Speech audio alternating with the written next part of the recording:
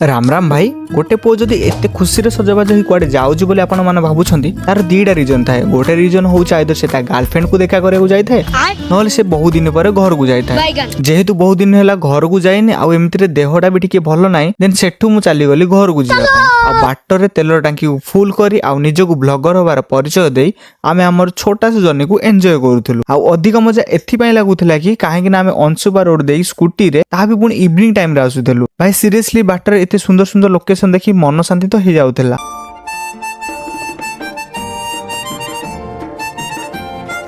आउ हाँ सबू ठीक थिला जे गोटे प्रॉब्लम एया हैला कि मु जेते बेले गाड़ी रे कुआडे जाए काहे के जानी मोर चुट्टीटा सब बेले संतान मूवी रो हीरो परिका मजी जिताण हो जाए। सिस्टम पार देंगे आउ ए दुख केवल जार स्ट्रेट हेयर से माने ही बुझी परिबे।